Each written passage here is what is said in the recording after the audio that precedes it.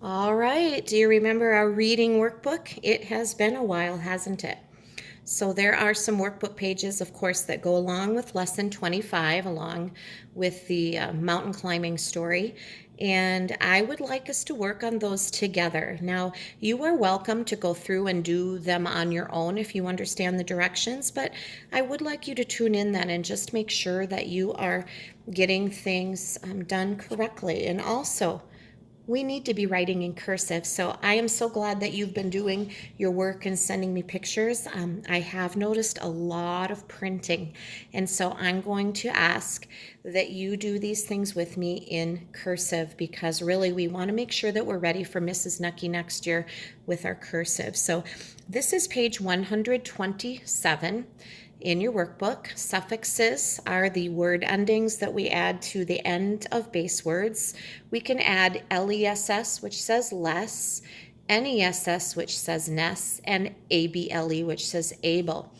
Less, if we add to the end of a word, for example, the word boneless, would mean without a bone. If you bought meat that was boneless, that means the bones have been taken out. There aren't any bones. So less kind of changes the base word. It's an opposite one. Painless, that means you have no pain. Where's another LESS? Weightless. If you are in space, you are weightless. You don't have the normal weight that you do when you're on Earth.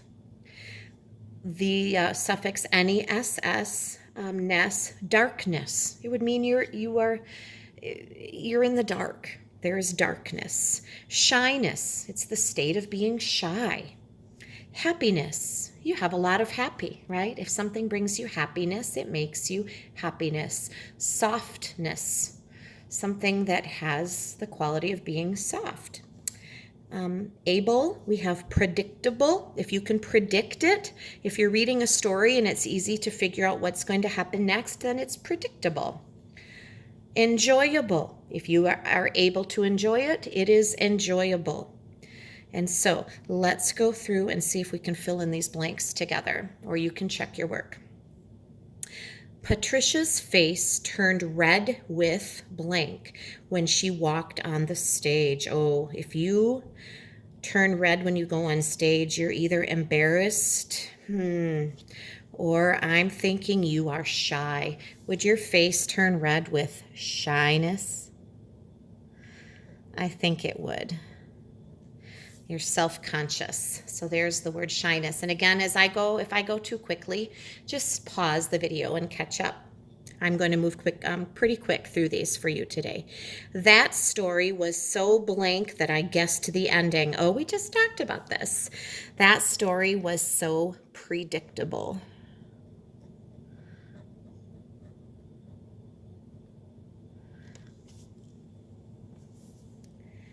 Things float around in a, what kind of spaceship? Well, if they're floating around, it's probably because they're weightless.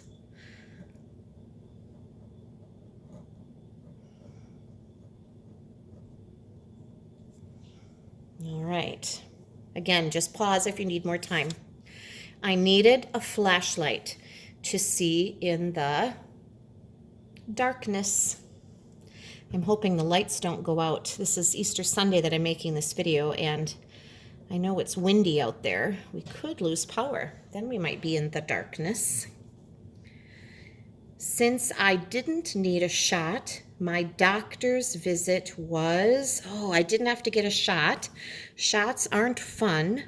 So that meant the doctor's visit was maybe enjoyable or maybe painless. Maybe painless might be the best choice. Remember when you're writing in cursive to go back and dot those I's and cross the T's? Number 6, Chris smiled and clapped at the end of the boneless movie. No. Breakable. How about enjoyable? Enjoyable movie. I would clap at the end of an enjoyable movie. All right. Number 7, be careful not to drop the box. because it contains what kind of items? I don't want to drop the box because something might get broken, so it must contain breakable items. Mr. Griffin said, "The children in my classroom have brought me much joy and," what would go with joy? How about happiness?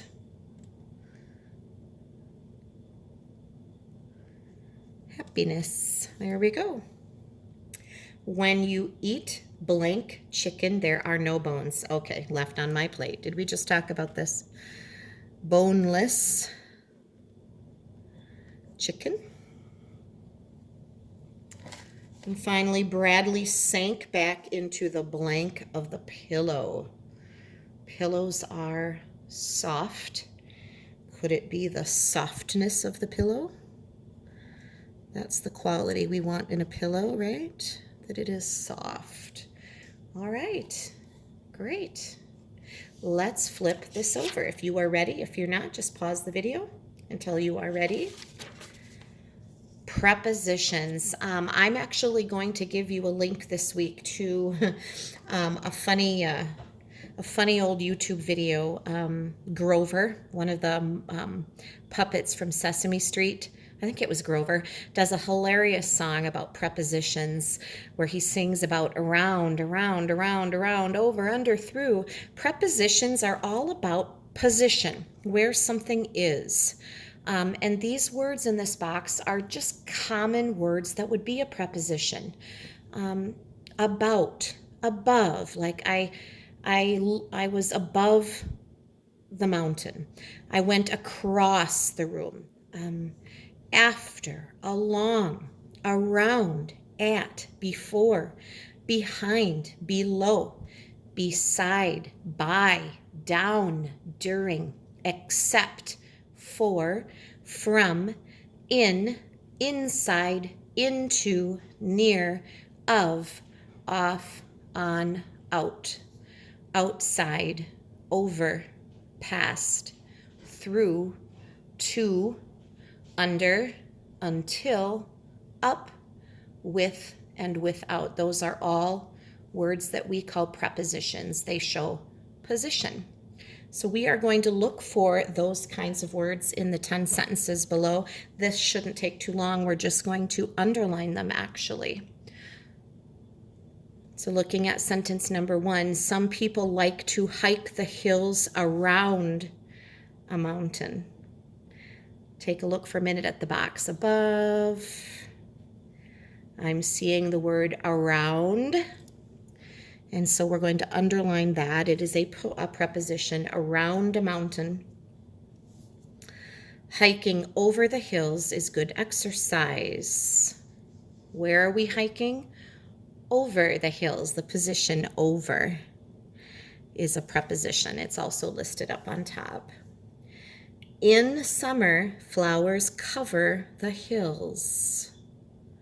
Take a look at the preposition in. Some people like the mountains in winter. And there again is the preposition in. They ski or snowboard down the steep slopes.